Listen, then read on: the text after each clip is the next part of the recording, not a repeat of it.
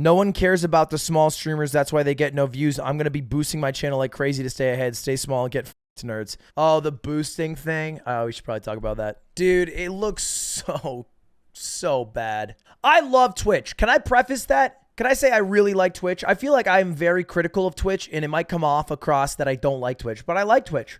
I'm deep in the culture of Twitch. Years before I started streaming, I watched Twitch. I use subscribers on Twitch. I would donate to streamers I like on Twitch. Twitch is the main vehicle for me consuming content. Over Netflix, over YouTube, it's Twitch. That's what I watch the most every year. But they are not good at adding new products. Everything they do that changes their website, I don't think is a good idea. For example, this thing. This is a leaderboard of gifters. And what it does is it accumulates the people who have gifted and then puts them into a 1 through 10 and then gives them a special birthday prize when they give me a lot of money. I don't think this change is necessarily that great. I think it's a little bit predatory. I think it just kind of forces the current viewers to spend more money rather than attract new viewers in. In fact, that's most of the things that they have done to change their website in the past 2 years. It is extracting more money from the current people watching rather than being like, let's get more people to watch. And the main reason why they got more people to start watching is COVID-19, which obviously it's not something that they had a part in making. The products they've released so far don't do a good job at making it so the rich stop getting richer. Shroud is the #1 channel for New World with 100,000 viewers because he has drops on and he's at the top of the category, so he'll get more clicks. And, you know, Twitch doesn't seem to be the type of people who like to make products that boost smaller streamers to get more viewership. Usually top of the category gets more views, yada, yada, yada, until their newest product they announced today, or that got leaked today, which is called Boost. And this was reported by Zach Bussey. I don't know if it's pronounced like that, but if it is, that's pretty funny. And this works very simply. What you do is you pay to boost your stream. So basically the way it works is if you boost your stream, it'll give 1,000 recommendations to people. The recommendations tab, if you don't know, I'll pull it up right now, is below your followed. It's right here. And if you go to your followers tab and you scroll down a little bit, it goes from followers to recommended channels. You usually have to click show all. That's their new feature, is basically paying for recommendations on Twitch. What is your gut reaction, chat, when you see that? It's weird in a few ways. So one, you're right.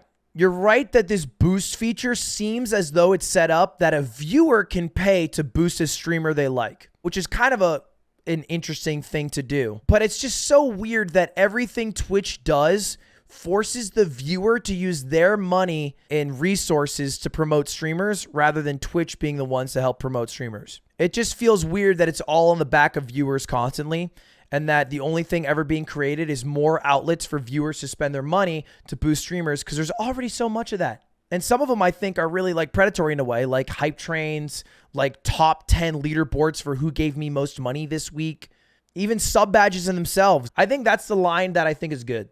Like a sub badge isn't a badge of I've spent a lot of money. It's more of a badge of I've been here a lot. I've paid my dues, and you can't pay to get the 3-year badge. You just have to have been there, which I like that. But I wish the products Twitch would make would promote people. And my gut tells me that I imagine this will just be a flop, not only as a product because streamers will reject it, because I can't imagine that this recommended page is going to create any streamer. I think most people function very simply. There's a few streamers they like to watch. When their streamers are online, they're watching Twitch. If their streamer's not online, they're not watching Twitch. And that's it. And then if that streamer raids someone else that they're closely tied to, then some viewer crossover is going to happen, because it's not that different than the content they were watching before. That's my gut. I think it's probably going to be a bad product and also going to be rejected by the Twitch community.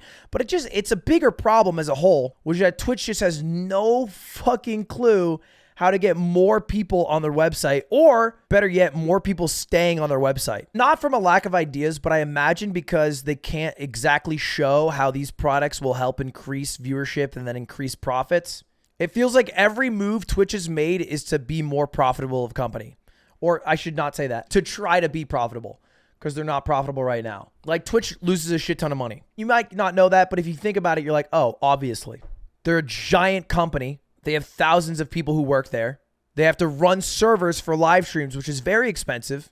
But more importantly, they also have a program called Twitch Prime that also just hemorrhages money, because they just had to pay out of pocket. And fortunately, they have Amazon backing them, so they also have unlimited money. But they operate as a loss, and I feel like everything they do is to try to not do that, which, fair is fair. But I feel like there are so many easy ideas to implement to increase the viewers. That's not randomly flipping your follower page to the recommended channels. Do you see what they just did there? They do that all the time. Does that ever happen to you guys?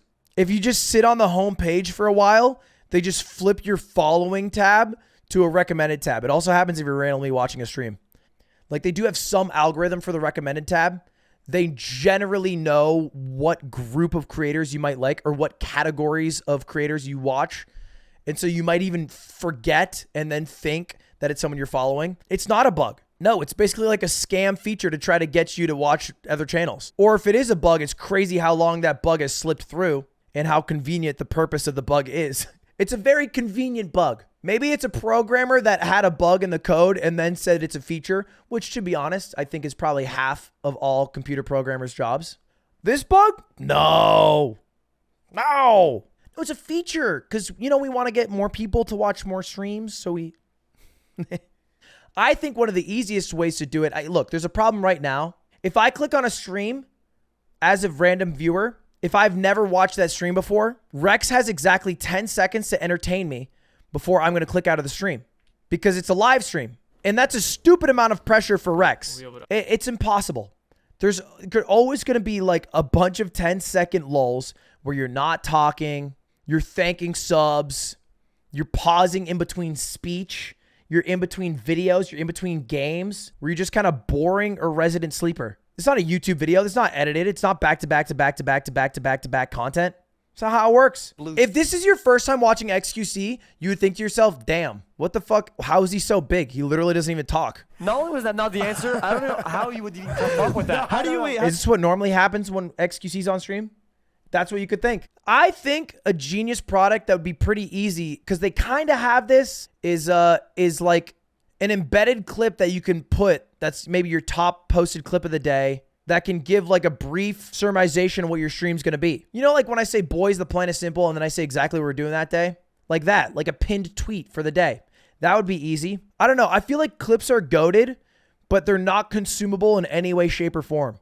Because how do you realistically watch and share clips but on other websites? Channel trailers are a thing, but channel trailers, they're set up like YouTube trailers, which are cringe and they're supposed to show off your personality. They need to be more free-flowing and fast and synced with like live streaming pace. Like a channel trailer is slow, boomer as shit. It's fucking weird to like sit there and being like, hey guys, this is my channel. Welcome. What you guys can expect from me is, well, not a lot of gameplay. You might think I'm short, but is that low punny? That's fucking cringe. But it's also an honest surmisation of what you could expect. That's the reality. You don't want that. You want something that's shorter, that's brief, that shows what's happening that day, that gets the point across. You know what I mean? Even if you don't want to do pin clip of the day, because let's be honest, XQC would never do pin clip of the day. Just get the top post, the most viewed clip, and have it automatically be your pin clip. Now they need to have a solution to get clips to get views. They don't currently have that. They could basically create a competitor to TikTok or something of that sort.